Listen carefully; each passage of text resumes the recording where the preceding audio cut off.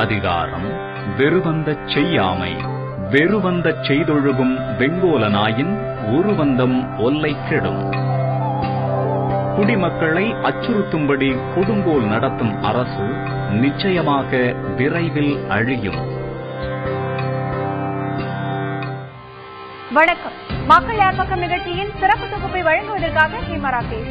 மக்கள் யார்பக்கம் நிகழ்ச்சியில எந்த கட்சி எந்த கட்சியோட கூட்டணி சேர்ந்தா யாருக்கு சாதகம் அப்படிங்கறத பத்தி விவாதிச்சுட்டு வரோம். இன்னைக்கு திமுக தேமுதிக கூட்டணி அமைஞ்சா அதனால எந்த கட்சிக்கு என்ன சாதகம்னு, அந்த கூட்டணி தமிழக அரசியல்ல என்ன தாக்கத்தை ஏற்படுத்தும் அப்படிங்கறத பத்தியும் பார்க்க போறோம்.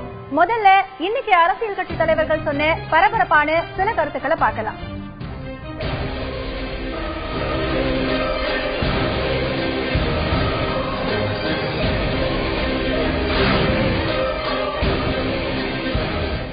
வாட்ஸ்அப் மூலமா தேர்தல் பிரச்சாரத்தை தொடங்கிட்டாரு திமுக தலைவர் கருணாநிதி.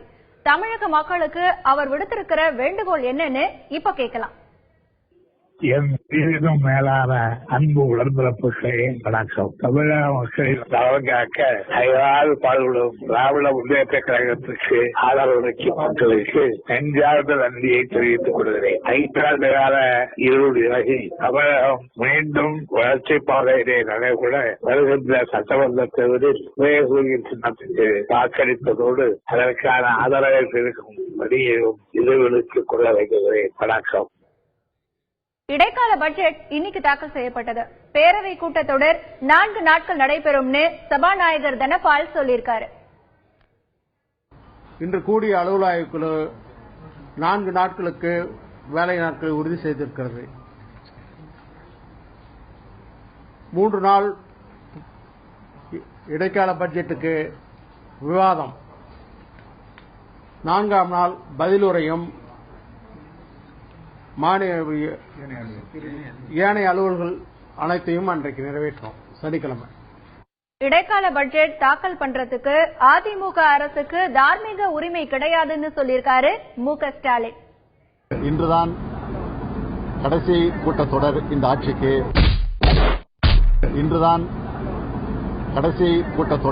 ஆட்சிக்கு.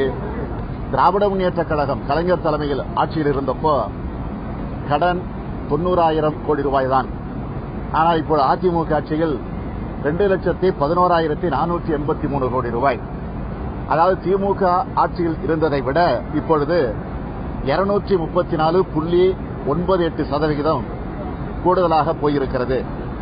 எனவே அதிமுக ஆட்சியை பொறுத்தவரையில் இடைக்கால நிதிநிலை அறிக்கையை அவைகளை வைக்கக்கூடிய தார்மீக உரிமையை இழந்து போயிருக்கிறது. அதிமுக ஆட்சியை பொறுத்தவரையில் இடைக்கால நிதிநிலை அறிக்கையை அவைகளை வைக்கக்கூடிய தார்மீக உரிமையை இழந்து போயிருக்கிறது. தேர்தல் தேதி அறிவிக்க இன்னும் 10-15 நாட்களே இருக்கிற நேரத்துல புதிய திட்டங்களை அதிமுக அரசால எப்படி செயல்படுத்த முடியும்னு கேள்வி எழுப்பியிருக்காரு தேமுதிகவின் சந்திரகுமார். 10 நாட்களிலிருந்து 15 நாட்களுக்குள்ளாக தேர்தல் ஆணையம் அறிவிக்கப் போகிறது. தேர்தலை இவங்க எந்த திட்டத்தை நடைமுறைப்படுத்த முடியும்? மிகப்பெரிய அளவில் ஊடகங்களிலே, குறிப்பாக உங்கள் ஊடகங்களிலே அதிமுகவினரை பார்த்து நீங்கள் கேட்ட கேள்வியினுடைய விளைவு உடனடியாக தண்ணீர் சுத்திகரிப்பு நிலையங்களை நாங்கள் திறக்கிறாங்க. 5 வருட காலம் இந்த அறிவு எங்க போச்சு உங்களுக்கு? 5 வருட காலம் இந்த அறிவு எங்க போச்சு உங்களுக்கு? யோசிச்சு பாருங்க. இந்த அரசுக்கு அறிவு எங்க போச்சு? 5 வருட காலம் இந்த அரசு அமைதியாக இருந்து விட்டு இப்பொழுது ஆட்சி முடிகிற நேரத்தில் திடீர்னு போய் தண்ணீர் சுத்திகரிப்பு நிலையத்தை நாங்கள் திறக்கிறோம், எல்லாத்துக்கும் 20 லிட்டர் கொடுப்போம், அதுக்கு ஸ்மார்ட் கார்டு கொடுக்குறாங்க. ரேஷன் கார்டுக்கு பதிலாக ஸ்மார்ட் கார்டு கொடுக்குறோம் ஆட்சிக்கு வந்தோம்னு சொன்னாங்க. தேர்தல் அறிக்கையில் சொல்லியிருந்தாங்க. தமிழக அரசோட இடைக்கால பட்ஜெட் அனைத்து துறை தோல்வியோட ஒப்புதல் வாக்குமூலமா இருக்குன்னு சொல்லியிருக்காரு மதிமுக பொதுச் செயலாளர் வைகோ. ஜெயலலிதா அரசு தன்னுடைய ஆட்சியை நிறைவு செய்து நிரந்தரமாக இழக்கப் போகிற ஒரு நேரத்தில்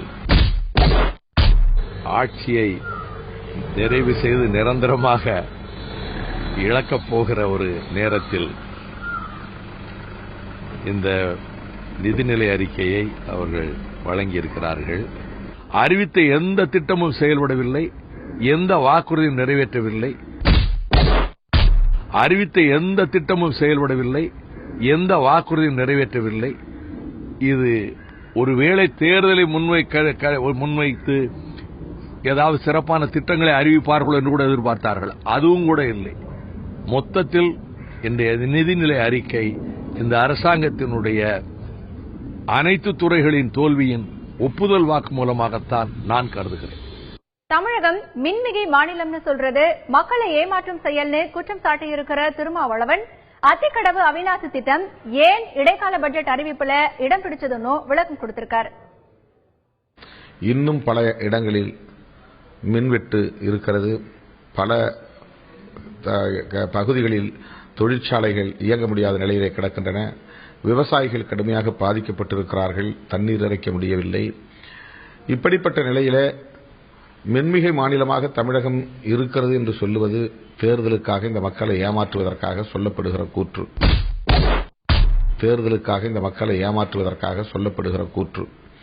அத்திக்கடவு அவிநாசி திட்டத்தை நடைமுறைப்படுத்த வேண்டும் என்று தொடர் போராட்டத்தில் மக்கள் ஈடுபட்டு வருகிற இந்த சூழலில் இப்போது புதிதாக ஒரு கருத்துரு ஒன்றை மத்திய அரசுக்கு அனுப்பியிருக்கிறோம் என்று சொல்லுவதும் இந்த தேர்தலுக்காகத்தான், மேற்கு மாவட்டத்தை சார்ந்த மக்களின் வாக்கு வங்கிக்காகத்தான். கூட்டணி விஷயத்துல விஜயகாந்த் என்ன சொல்றாரோ அதுதான் முக்கியமே தவிர மத்தவங்க சொல்றதெல்லாம் முக்கியமே கிடையாதுன்னு சொல்லியிருக்காரு EVKS இளங்கோவன். தேமுதிக அவங்க கூட்டணிக்கு வரணும்னு சொல்லி பேசப்பட்ட நிலையில அவங்களோட மூத்த தலைவர் பிரேமலதா விஜயகாந்த் உங்க கூட்டணி விமர்சனம் பண்ணியிருக்காரு. திமுக காங்கிரஸ் ஒரு ஊழல் கூட்டணின்னு சொல்லி ஒரு கருத்தை வச்சிருக்காரு. இது குறித்து உங்க கருத்து என்ன? அவங்க உங்க கூட்டணி தேமுதிகவுடைய கட்சி தலைவர் விஜயகாந்த் அவர்கள் தான். அவர் என்ன சொல்கிறாரோ அதுதான் இந்த கட்சியின் கருத்தை தவிர மற்றவர்கள் சொல்வதற்கெல்லாம் முக்கியத்துவம் கிடையாது.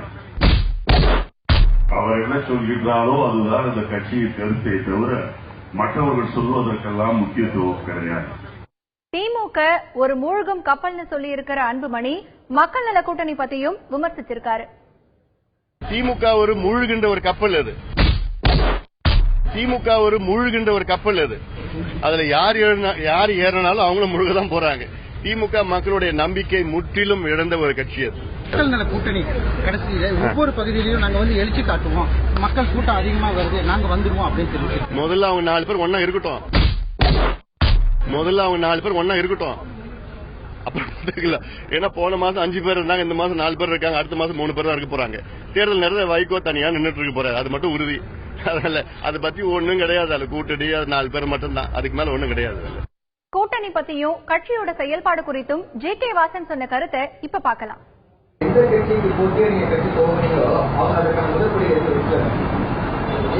நாங்க தமிழகத்தில் உள்ள எந்த கட்சியும் மனதிலே வைத்து செயல்படவில்லை.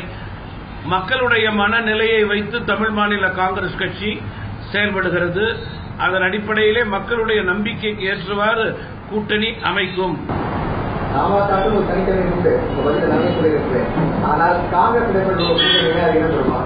எங்களை பொறுத்தவரையிலே எங்களுடைய அதிகாரப்பூர்வமான அறிவிப்பு வெற்றி அறிவிப்பாக இருக்கும்.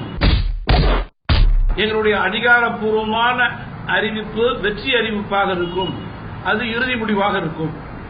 ஆளுங்கட்சியில இருக்கிறவங்க மீண்டும் நாங்க தான் ஆட்சிக்கு வரணும்னு சொல்வாங்க, மத்த கட்சியில இருக்கிறவங்க நாங்க தான் ஆட்சிக்கு வரணும்னு சொல்வாங்க. இது வழக்கமான ஒரு விஷயம் தான். அதுக்கு அவங்க என்ன காரணங்களை வச்சிருக்காங்க பார்க்கலாம்.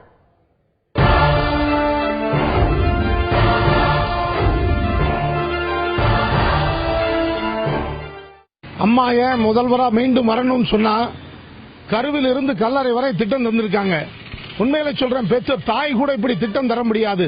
தாய் மாமன் வீட்டு சீரெல்லாம் தந்திருக்காங்க. கருவில் விட்ட தாய்மார்களுக்கு 12,000 ரூபாய் தமிழ்நாட்டில் தராங்க. அது மட்டுமல்லாது பிறந்த குழந்தைக்கு அம்மா பேபி கிப்ட் தந்திருக்காங்க.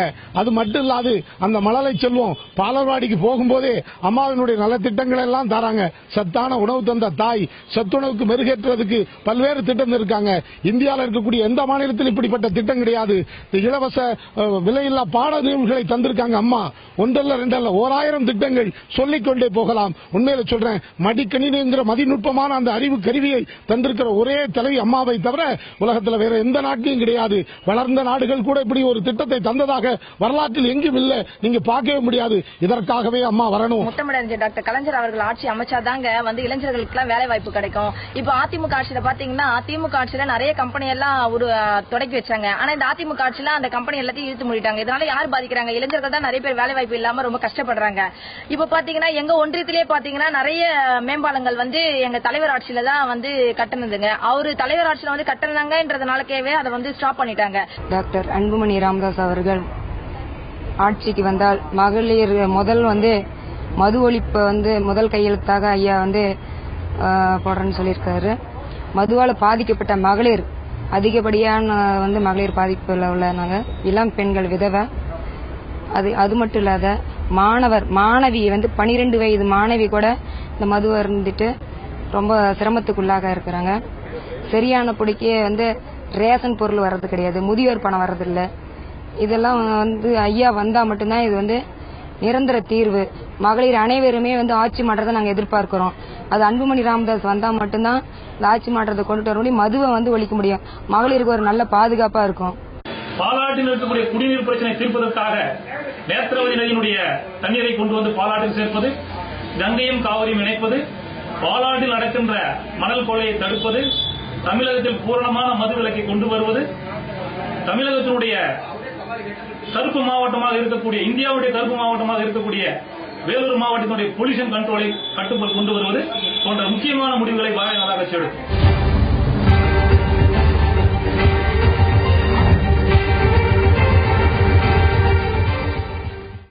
இன்னைக்கு நம்ம பார்க்க போற விஐபி தொகுதி ராதாபுரம். இந்த தொகுதியோட எம்எல்ஏ மைக்கேல் ராயப்பன் தேமுதிக சார்பில் போட்டியிட்டு வெற்றி பெற்றவர். மைக்கேல் ராயப்பன் திரைப்பட தயாரிப்பாளராகவும் இருக்காரு. நாடோடிகள், கோரிப்பாளையம், சிந்து சமவெளி, சமீபத்தில் வெளிவந்த ஈட்டி போன்ற திரைப்படங்கள் இவருடைய தயாரிப்பு தான். தேமுதிக சார்பில் வெற்றி பெற்ற மைக்கேல் ராயப்பன் கடந்த 2012 அக்டோபர் மாதம் திடீரென முதலமைச்சர் ஜெயலலிதாவை சந்திச்சார். அதிலிருந்து மைக்கேல் ராயப்பன் தேமுதிக அதிருப்தி எம்எல்ஏவா நீடிக்கிறார். அவருடைய தொகுதி மக்கள் அவருடைய செயல்பாடு பத்தி என்ன சொல்றாங்க இப்ப பார்க்கலாம். ராதாபுரம் தொகுதியினுடைய எம்எல்ஏ ஓட்டு வாங்கும்போது கிருஷ்ணாநிலையை தனித்தாழ்வு ஆக்குவேன் என்று சொன்னாரு. தொழிற்சாலை தொகுதி கொண்டு வருவேன் சொன்னாரு. நதிநீர் இணைப்பு கொண்டு வருவேன் சொன்னாரு. இப்படி இந்த தொகுதியில ஜெயிச்ச பிறகு வாக்குறுதி கொடுத்ததை எந்த விதமான செயல்பாடும் செய்யல. அவரை சந்திக்கினால் கூட சென்னையில் இருக்காரா இல்ல பம்பாயில இருக்காரா அப்படிங்கறத அவரை சந்திக்க கூட முடியாது. தொகுதி எம்எல்ஏ ஆகி 5 ஆண்டுகளாக எந்த விதமான அடிப்படை வசதிகளை மக்களுக்கு செய்துள்ளே. இந்த பகுதிகளில் மாணவர்கள், படித்த மாணவர்கள், கல்லூரிகள், பல கல்லூரிகள் இருந்தாலும் கூட அதற்கு வேலை வாய்ப்புகள் இல்லை. அப்படி ஒரு வேலை வாய்ப்பு வந்தவங்களுக்காக படிப்படத்தோடு ராதாபுரம் பகுதியில் ஒரு மிகப்பெரிய தொழிற்சாலையும் கொண்டு வரும் என்று சொன்னார்கள். ஆனால் அந்த எந்த விதமான பணிகள் நடவடிக்கவில்லை. ஆனால் குறிப்பாக சொல்லப்போனால் அவருடைய தொகுதி மேம்பாட்டிலிருந்து செய்கின்ற பணிகள் தான் நடந்திருக்கலாம், அதில் மாற்றுகிறது இல்லை. நடந்ததுன்னு சொன்னால் அது உண்மை. மற்றபடி இந்த பகுதியில் அவர் ஒரு பொது நிதியிலிருந்து இந்த அரசிடம் முழுமையாக பெற்று இந்த தொகுதிக்கு எதுவுமே செய்யவில்லை என்ற மனக்குமரல் தொகுதி மக்களுக்கு பரவலாக மட்டுமல்ல அதிகமாக இருக்கிறது என்பதுதான் உண்மை. இந்த திசைநூலை பேரூராட்சியில ஒரு மிகப்பெரிய பேரூராட்சி. இங்க ஒரு மனோர் கல்லூரி இருக்கு, அரசு மனோர் கல்லூரி. அந்த மனோர் கல்லூரி சொந்த கட்டிடம் இல்லாம வாடகை கட்டிடத்துல இயங்கிட்டு இருந்துச்சு.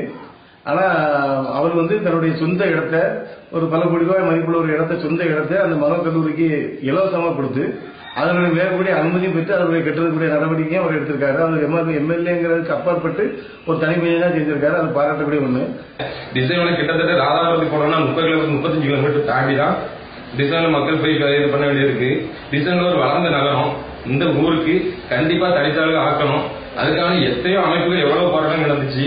இவர் தன்னோட கன்னி பேச்சில் கூட அங்க சட்டமன்றத்தில் பேசினாரு. ஆனா இன்னைக்கு வரைக்கும் அதுக்கான எந்த விதமான ஒரு துளிகளவு நடவடிக்கை கூட இல்லை. அடுத்ததான் நம்ம பார்க்க போறது பிரமுகர் பார்வை.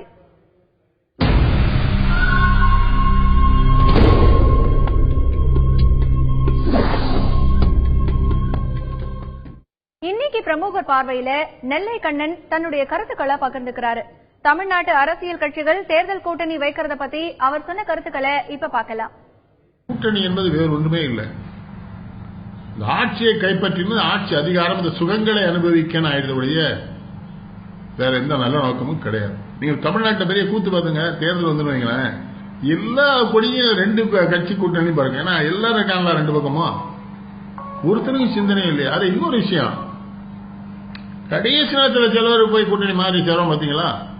அதான் என்ன அசிங்க. நான் என்ன சொல்ல, வெக்கமா இல்லையா அவங்களுக்குன்னு கேட்க, வெக்கப்படணும்ல அதுக்கு, ஒருத்தருமே வெக்கப்பட.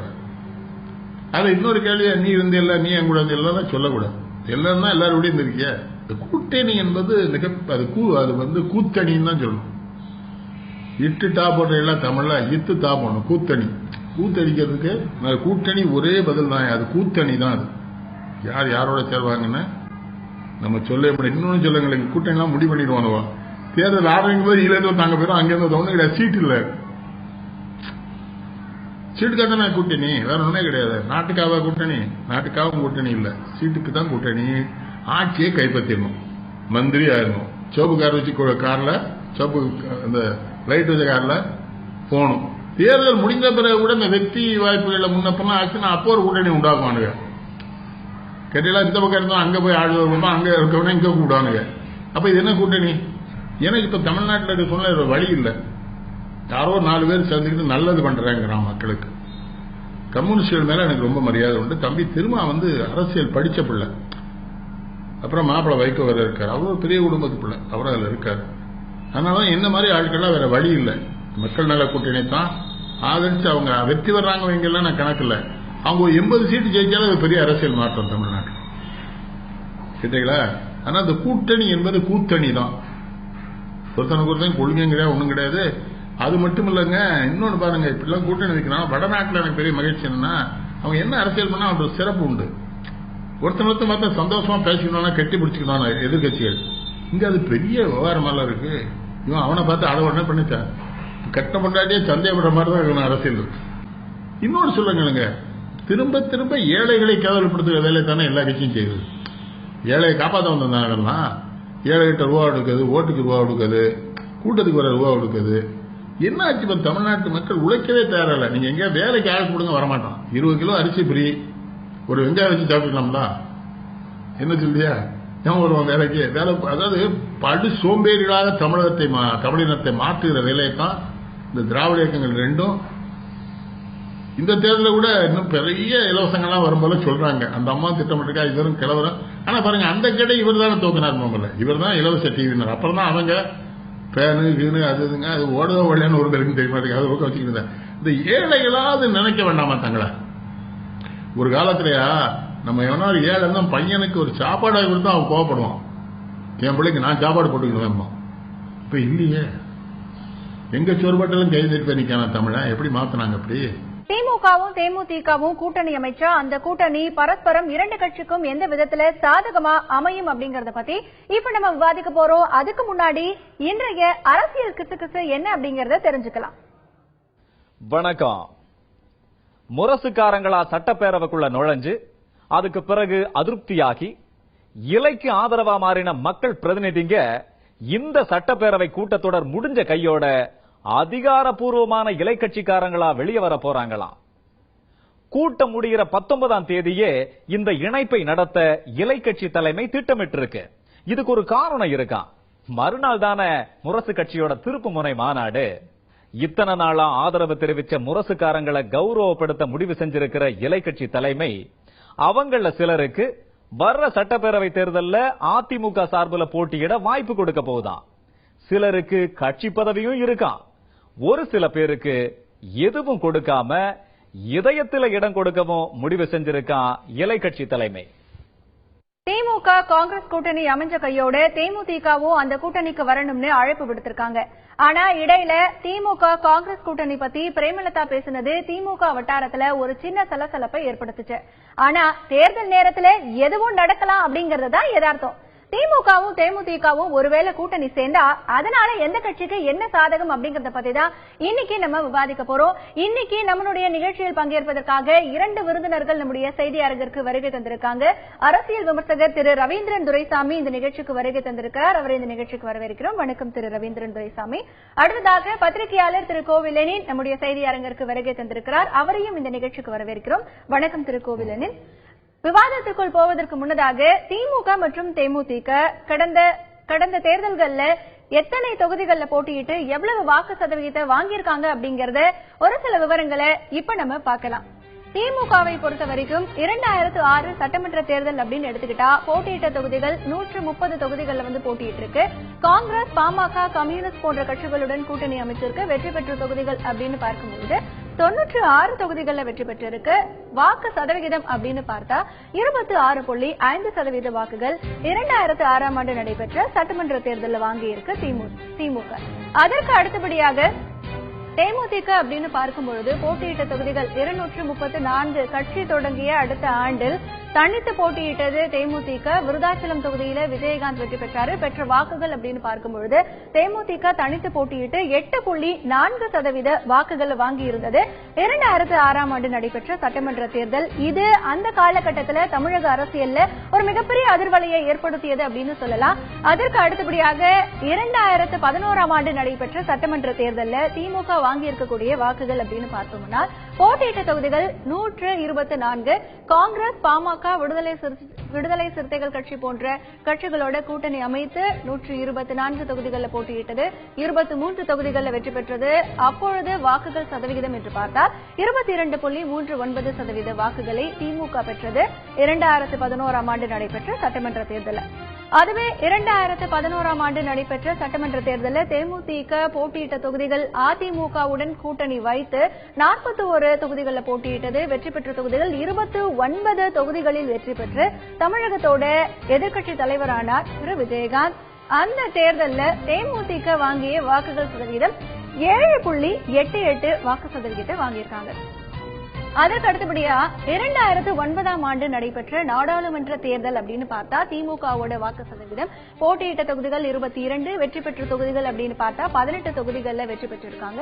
அவர்களுடைய வாக்கு சதவீதம் 25.09% வாக்குகளை 2009ஆம் ஆண்டு நடைபெற்ற நாடாளுமன்ற தேர்தலில் திமுக வாங்கியிருக்காங்க.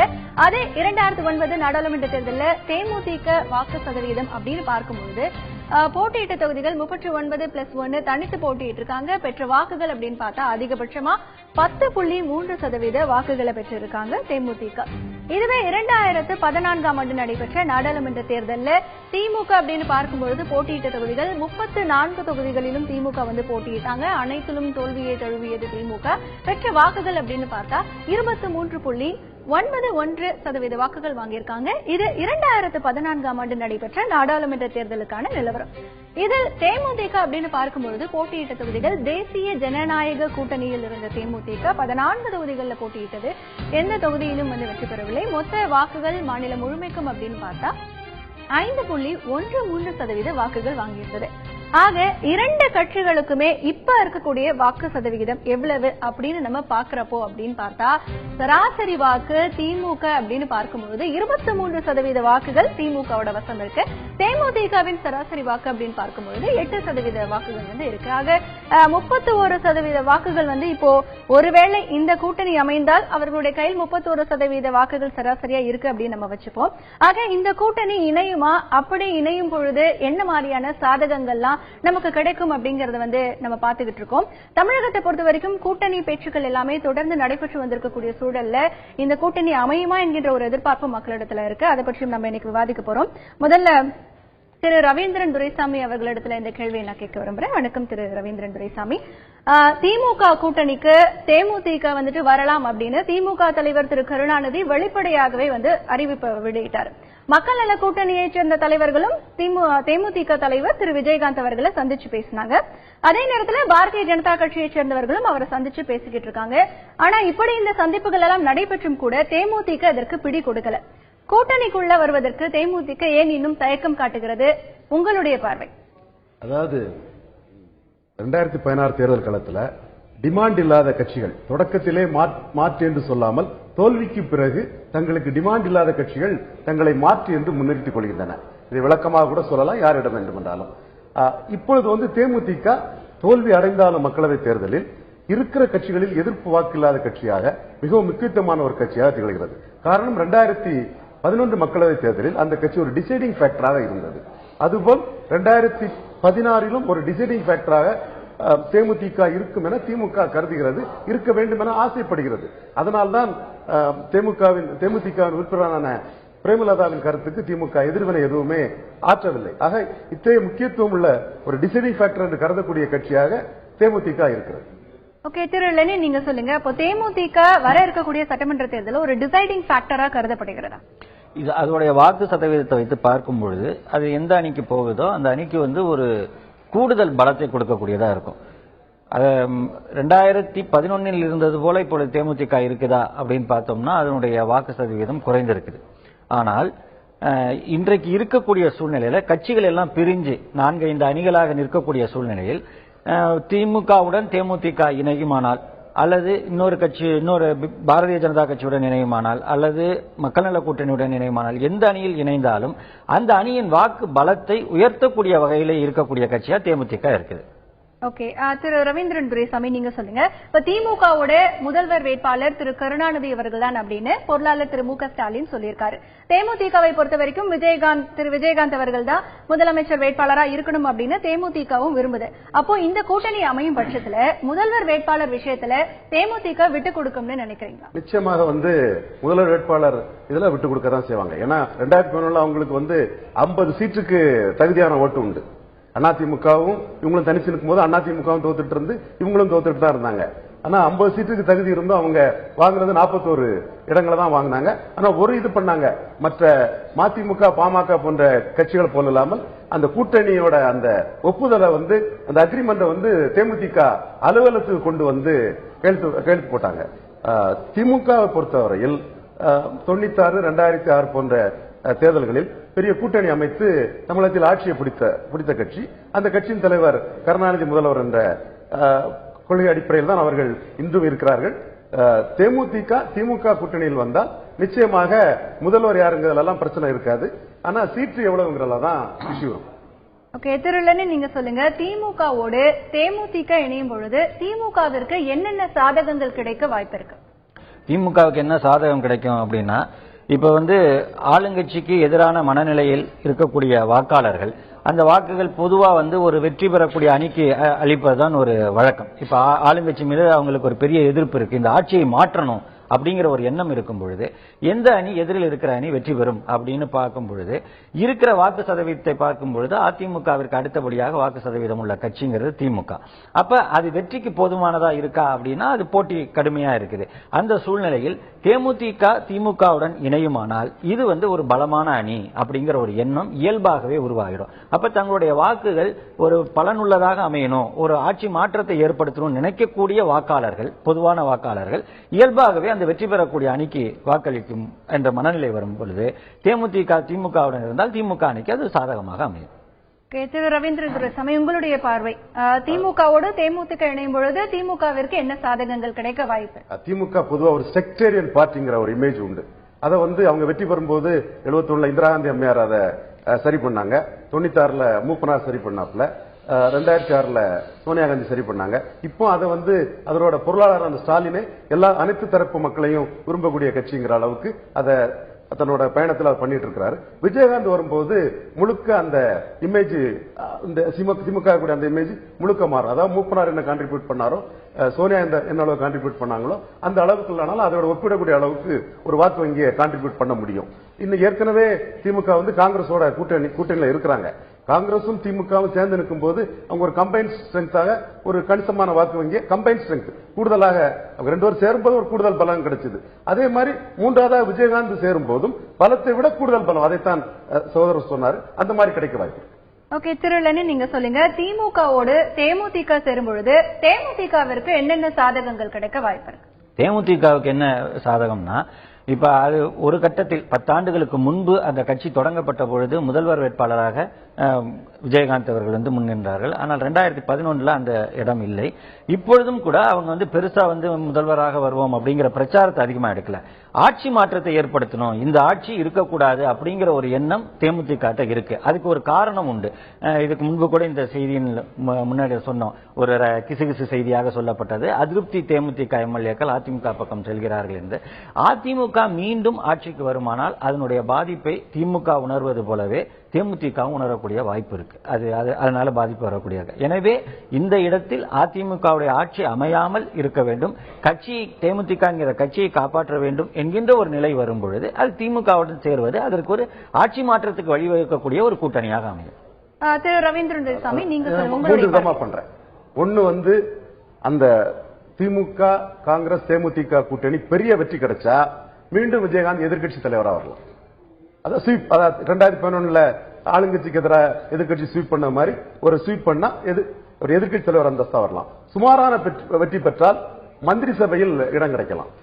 ஓரளவு வெற்றி குறைந்து தோல்வி அடையுது என்றாலும் கூட நிச்சயமாக ஒரு மாநில கட்சி அந்தஸ்து காப்பாற்றப்படும். இதை தவிர வேற எந்த இடத்துல போனாலும் அவருக்கு போனோம்னா, இன்னொரு இடத்துக்கு போனோம்னா நேரடி எதிரியான ஜெயலலிதா போனாதான் இந்த 3 வாய்ப்பு கிடைக்கும். வேற எங்க போனாலும் இந்த 3 வாய்ப்பை விடவும் குறைவான வாய்ப்பு தான் கிடைக்கும். ஓகே, இப்போ திரு ரவீந்திரன் துரைசாமி அவர்கள் என்னென்ன வாய்ப்புகள் இருக்கு அப்படின்னு சொன்னாரு.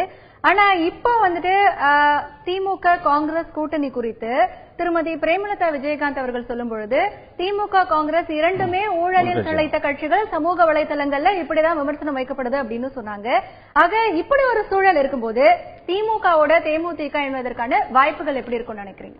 இது ஒவ்வொரு கட்சிக்குமான பல கருத்துக்கள் இருக்கும். ஒரு கூட்டணி அமைவதற்கான விஷயங்களை ஆலோசிக்கும் பொழுது நாம் யாரோட கூட்டணி சேர்றோம்? திமுக மாநிலத்தில் ஆட்சி செய்த கட்சி, மத்தியிலும் பங்கெடுத்த கட்சி.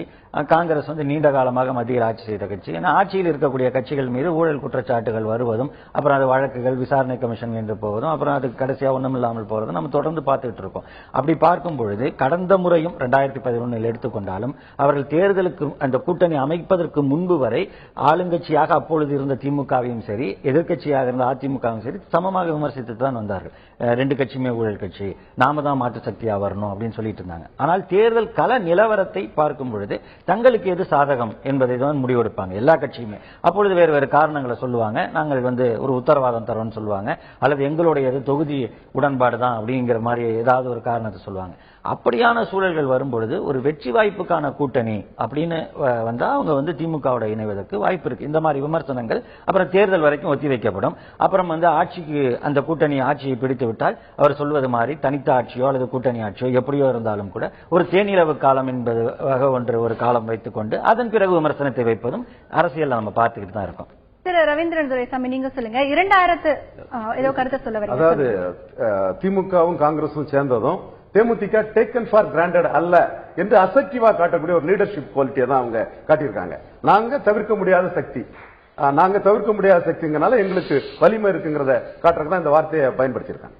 ஓகே, நான் இப்போ அதிமுகவுடைய வாக்கு சதவீதம் 2014ஆம் ஆண்டு நாடாளுமன்ற தேர்தலை பார்க்கும்போது 44.6% வாக்குகள் வாங்கியிருக்காங்க. இப்போ ஒருவேளை தேமுதிக கூட்டணி சேரும் பொழுது இவங்களுடைய வாக்கு சதவீதம் அப்படின்னு பார்த்தா காங்கிரஸோட சேர்த்தும் 35% தான் வருது. அப்போ அவங்கள ஒரு கிட்டத்தட்ட ஒரு 9% டிஃபரன்ஸ் இருக்கு அப்படின்னா அவங்க ரீச் பண்றதுக்கான சாத்தியக்கூறுகள் எப்படி இருக்கு? நான் இதுல முழுக்க வேறுபடுறேன். நீங்க இந்த பெர்சன்டேஜ் ஆஃப் இந்த கணக்கு ஓகே, அடுத்து நடப்புறது சட்டமன்ற தேர்தல் போது 2/3 இம்பார்ட்டன்ஸ் 2011 சட்டமன்ற தேர்தலை பேஸ் பண்ணி தான் கொடுக்க முடியும். 1/3 இம்பார்ட்டன்ஸ் பார்லிமெண்ட் தேர்தலை வச்சு கொடுக்க முடியும். ஆக முழுக்க நம்ம பார்க்கணும்னா பேசிக்கா எடுத்து பார்க்கும்போது சட்டமன்ற தேர்தலை வச்சு தான் பார்க்க முடியும். நீங்க சட்டமன்ற தேர்தல் அடிப்படையில் வச்சு பார்த்தா திமுக காங்கிரஸ் தேமுதிக அரித்மெட்டிக்கலி அதிமுக அணியோட பெரிய அணியா இருக்கும். நீங்க பாராளுமன்ற அணி பாத்தீங்கன்னா நீங்க சொல்ற இந்த கருத்தான் சரி, அதிமுக பெரிய இதா இருக்கும். பாராளுமன்ற இஷ்யூஸ் டிஃபரண்ட், சட்டமன்ற இஷ்யூஸ் டிஃபரண்ட். உங்களுடைய பார்வை தெரியல. நிச்சயமாக அதுதான். இப்ப என்னன்னா இன்னொரு மிக முக்கியமான நிலைமை என்னன்னா தேமுதிகவை பொறுத்தவரை அதனுடைய நிர்வாகிகள் மற்றவர்களுக்கும் ஒரு வெற்றி வாய்ப்பை நோக்கி போகணும்னு நினைப்பாங்க. பாராளுமன்ற தேர்தலில் அது குறைவு அவங்களுக்கு. சட்டமன்ற தேர்தலை பொறுத்தவரை நிறைய எம்எல்ஏக்கள் வரலாம், அவர்களுடைய வெற்றி வாய்ப்பு இருக்கிறது. அதே மாதிரி திமுகவுக்கும் அது ஆட்சியை பிடிக்கணுங்கிற ஒரு எண்ணம் இருக்கும். இந்த கணக்குகளை எல்லாம் பார்க்கும் பொழுது இன்னொன்று பாராளுமன்ற தேர்தலில் திமுக அதுக்கு யாரையும் பிரதமர் வேட்பாளராக முன்னிறுத்தக்கூடிய வாய்ப்பு இல்லாத ஒரு சூழல் இருந்துச்சு. அதிமுகவை பொறுத்தவரை ஜெயலலிதாவே பிரதமர் வேட்பாளர் என்று சொல்லக்கூடிய ஒரு நிலை இருந்துச்சு. தேமுதிக போன்ற மற்ற கட்சிகள் நரேந்திர மோடியை முன்னிறுத்து அப்படி இருந்துச்சு. இப்ப இருக்கிற சூழல்ங்கிறது மொத்தமா வேறு. ஜெயலலிதாவா கலைஞரா அப்படிங்கிற அந்த இடம் வரும்பொழுது அப்பொழுது நேரடியாகவே என்ன ஆயிடும்னா அந்த இதுக்கு ரெண்டுத்துக்கு யார் ஆதரிக்கிறாங்க அப்படின்னு வரும்பொழுது தேமுதிக காங்கிரஸ் திமுக அப்படின்னு ஒரு கூட்டணி அமையுமானால் அது வலிமையானதாக அமையும். நிச்சயமா திரு ரவீந்திரன் துரைசாமி, இப்போ தேமுதிக கூட்டணி அறிவிப்பை பொறுத்துதான் மற்ற கட்சிகள் தங்களுடைய கூட்டணி அரசியல் நிலைப்பாட்டை எடுத்துப்பாங்க அப்படின்னு நம்ம நினைச்சுக்கலாமா? பொதுவா ஜெயலலிதா சொல்லி இருக்கக்கூடிய கருத்தும் அப்படிதான் இருக்குது. ஆனா ஜெயலலிதா ரொம்ப பொறுமையா காத்துட்டு இருக்க மாட்டாங்க. ஒரு லெவலோட பாப்பாங்க, பார்த்தா மற்றபடி மைண்ட் பண்ணாம அவங்க என்ன அலையன்ஸ் அல்லது என்ன பொலிட்டிக்கல் ஸ்ட்ராட்டஜி வச்சிருக்காங்களோ அந்த ஸ்ட்ராட்டஜியை துணிச்சலா அனௌன்ஸ் பண்ணிட்டு போயிருவாங்க.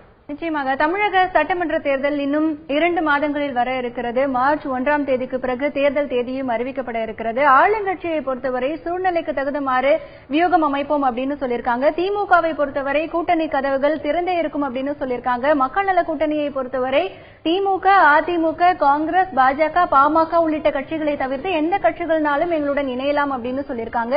பாமகவை பொறுத்தவரைக்கும் முதலமைச்சர் வேட்பாளரா அன்புமணி ராமதாஸ அறிவிச்சு அதற்கான தேர்தல் நடவடிக்கைகளும் ஈடுபட்டு வராங்க. ஆக இந்த கட்சிகள் எல்லாம் பார்க்கும்பொழுது தேமுதிக அப்படிங்கிறது ஒரு நிச்சயமா தேமுதிக எங்களுடைய கூட்டணிக்கு வரணும் அப்படின்னு ஒவ்வொரு கட்சியை சேர்ந்த தலைவர்கள் தேமுதிகவை சந்திச்சு பேசிட்டு தான் இருக்காங்க. வர இருக்கக்கூடிய 20ஆம் தேதி காஞ்சிபுரம் நடக்கக்கூடிய மாநாட்டில் தேமுதிக தன்னுடைய கூட்டணி நிலைப்பாட்டை அறிவிக்கும் என்று எதிர்பார்க்கப்படுகிறது. இந்த முடிவுக்காக அரசியல் கட்சிகளும் பொதுமக்களும் காத்திருக்காங்க அப்படின்னு சொல்லலாம். இந்த நிகழ்ச்சியில் பங்கேற்று தங்களுடைய கருத்துக்களை முன்வைத்த திரு ரவீந்திரன் துரைசாமி அவர்களுக்கும் திரு லெனின் அவர்களுக்கும் நன்றி. மீண்டும் மக்கள் யார் பக்கம் நிகழ்ச்சியில் சந்திக்கலாம். அதுவரை உங்களிடமிருந்து விடைபெறுவது ஹேமா ராகேஷ்.